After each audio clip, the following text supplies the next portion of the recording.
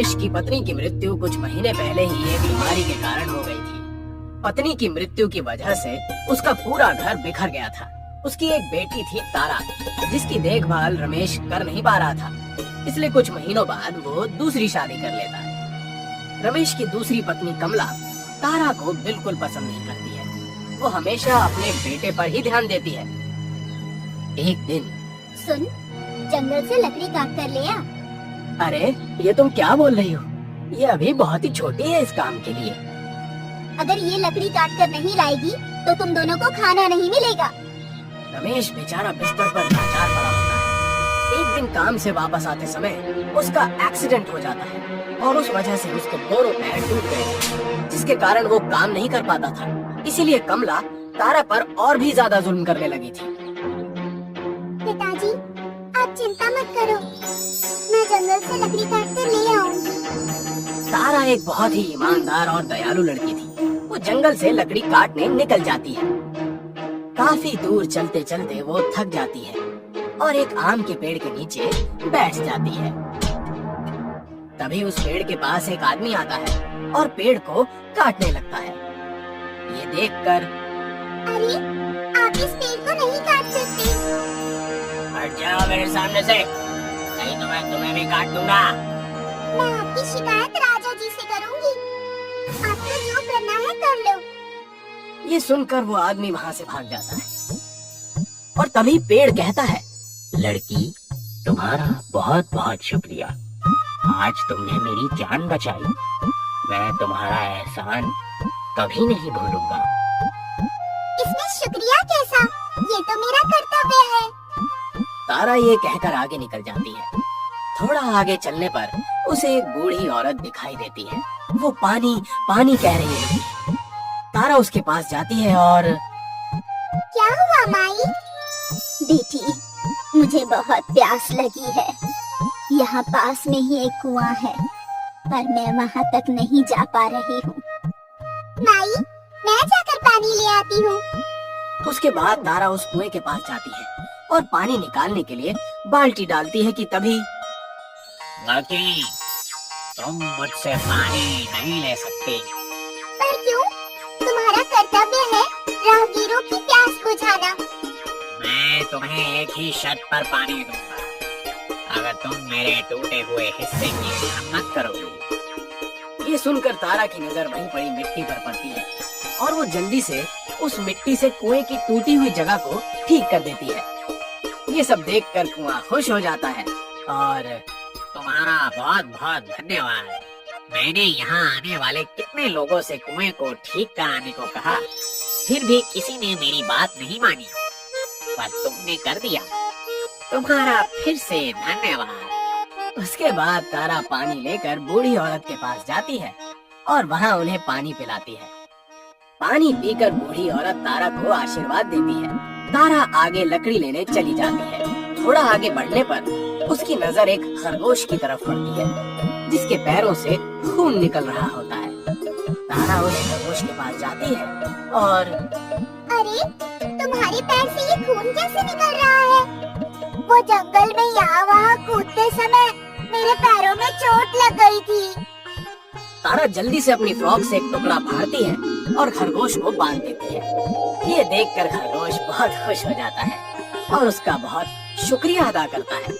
उसके बाद तारा आगे निकल जाती है और देखती है कि सामने बहुत सारी लकड़ियों का ढेर लगा होता है।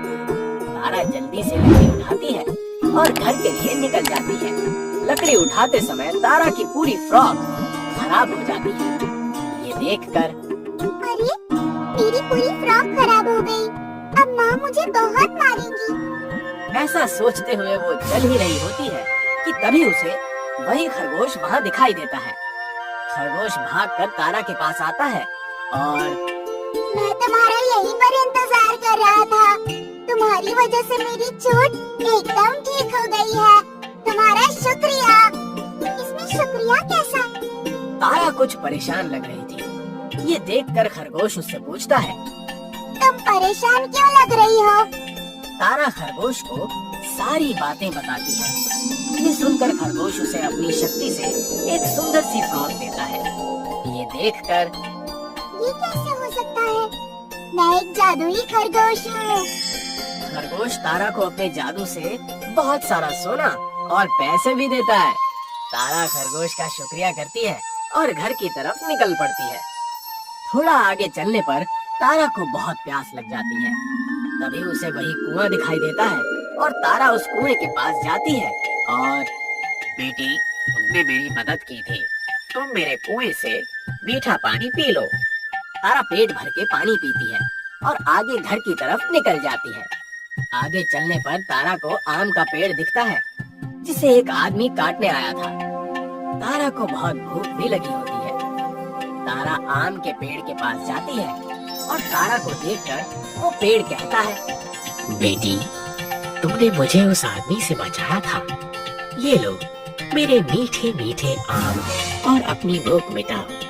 तारा पेट भर कर आम खाती है और कुछ आम लेकर घर चली जाती है। घर जाकर तारा देखती है कि उसकी सौतेली माँ कमला उसके पिता से घर का काम करवा रही होती है। देखकर तारा भागकर अपने पिता के पास जाती है और उनके गले लग जाती है। तभी कमला की नजर तारा पर पड़ती है और अरे, इसके पास इतना सारा सोना चांदी और ये कीमती कपड़े कहाँ से आए? उसके बाद तारा अपने पिताजी को अपने साथ हुई घटना के बारे में बताती है। ये सब सुनकर रमेश तारा को गले लगा लेता है। अगले दिन कमला भी अपने लालच को पूरा करने के लिए रमेश से लड़ाई करके अपने बेटे के साथ उसी जंगल की तरफ निकल जाती है। उसे वो आम का पेड़ दिखता है। तभी वहाँ एक आदमी आता है और पेड़ को काटने लगता है। कमला और उसका बेटा उस आदमी को हटाने की कोशिश करते हैं। तभी वो आदमी कहता है, जाओ मेरे रास्ते से, नहीं तो मैं पेड़ के साथ तुम दोनों को भी काट दूंगा। ये सुनकर दोनों डर के मारे भाग जाते हैं। थोड़ा आगे जाने पर दोनों को वही कुआं दिखाई देता है और दोनों को बहुत प्यास भी लगी होती है। कमला कुएं से बेटे को पानी लाने को देखती है। उसका बेटा बहुत आलसी था, इसलिए पानी लाने से मना कर देता है और कमला खुद कुएं से पानी निकालने जाती है। और तभी तुम्हें पानी तभी मिलेगा जब तुम मेरे कुएं की मरम्मत कराओगी। ये सुनकर कमला और उसका बेटा गुस्से से आगे निकल जाते हैं। तभी दोनों को एक खरगोश दिखाई देता है जिसे चोट लगी होती है। खरगोश मदद के लिए बोलता है तो कमला उसे गुस्से से उठाकर तालाब में फेंक देती है। एक तो पूरा दिन बीत गया, सुबह से भूखे हैं और जो देखो मदद मांग रहा है।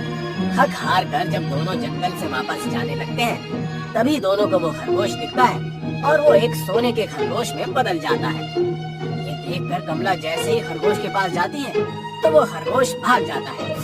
उसके बाद कमला अपने बेटे के साथ कुएं से पानी पीने जाती है तो कुआं दोनों को पानी पीने नहीं देता।